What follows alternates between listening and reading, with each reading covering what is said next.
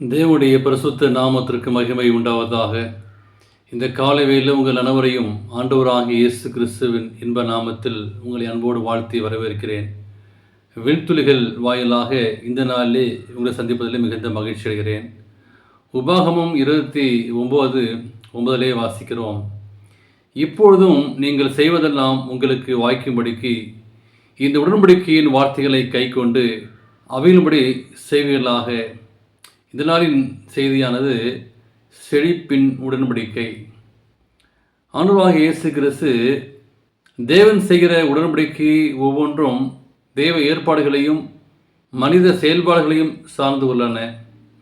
இந்த உடன்படிக்கையை துவக்கினவர் தேவன்.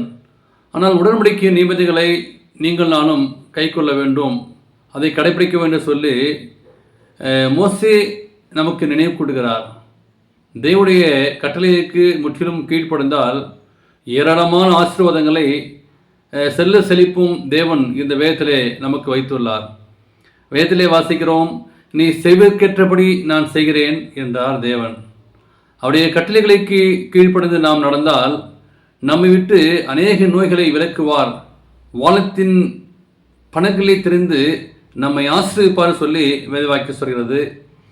நம்முடைய அடிப்படை தேவைகளை அனைத்தையும் சகலத்தையும் தேவன் கொடுக்கிற போதிலும் அதில் ஒரு விசேஷித்த ஒரு ஆசீர்வாதங்கள் தேவன் நமக்கு தருகிறார். தேவன் நமக்கு உண்மையுள்ள பிள்ளைகளுக்கு தகுந்த ஒரு செல்வ செழிப்பை நாம் கடமையாக செய்ய வேண்டும். மல்கியா 3:10 நாம் வாசிக்கிறோம், தசமமாக எல்லாம் பண்டகசாலை கொண்டு வாருங்கள், அப்பொழுது நான் வானத்தின் பணிகளை தெரிந்து இடம் கொண்டாமல் போக மட்டும் உங்கள் மேல் ஆசீர்வாதத்தை வர்ஷிக்க மாட்டோனோ என்று அதனால் என்னை சோதித்து பாருகிறேன் என்றார் இந்த மல்கியா.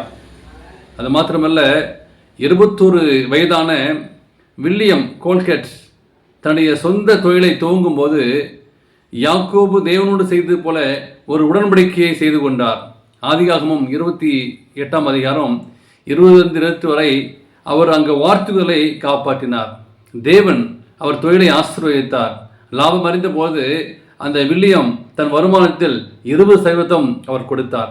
பின்னர் 30% கொடுத்தார்.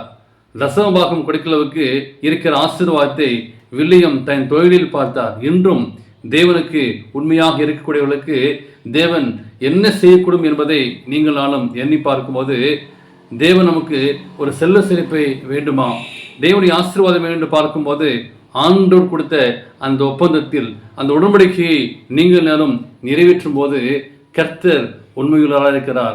தேவனுடைய கட்டளைக்கு முற்றிலும் கீழ்ப்படிந்தால் ஆசீர்வாதங்களும் செல்வ செழிப்பும் பாதுகாப்பும் நமக்கு கிடைப்போம். எனவே இந்த செழிப்பான உடன்படிக்கையை நாம் பெற்றுக்கொள்வோம்.